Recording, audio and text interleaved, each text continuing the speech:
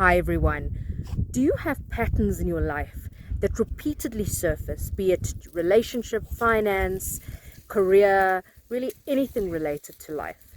And they surface until you have grasped the perceived lesson and then are able to transcend these patterns.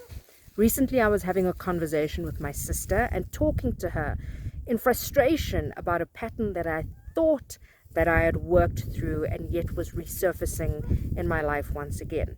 So her question to me was, how are you working through this situation in order to learn the lesson?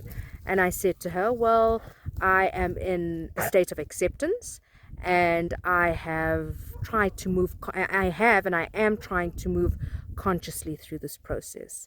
And without skipping a beat, she said to me, well, it sounds like you are really not taking any specific action and just allowing what needs to happen and are pretty much being a sitting duck.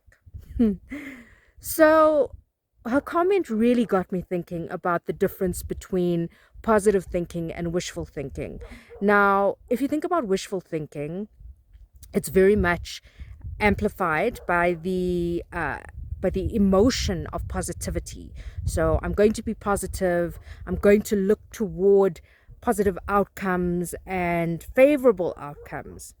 Conversely, positive thinking has all of those attributes, but it is further fortified and scaffolded by key action steps. So yes, I'm going to be positive. I'm going to look toward favorable outcomes. I'm going to do everything right across the spectrum of the parameters I have control over, but I'm also going to put in place key action steps. So I'm going to have a plan of action moment to moment that I'm going to work through, and at the same time I'm going to be able to course correct to mitigate any unforeseen curveballs that had hit me along the way. I've heard the comparison between positive thinking and wishful thinking before, but never before has it been so clear to me as in really being able to look into my own life with a bird's eye view and see how tamely and how passively I was approaching this specific situation. Thanks for listening.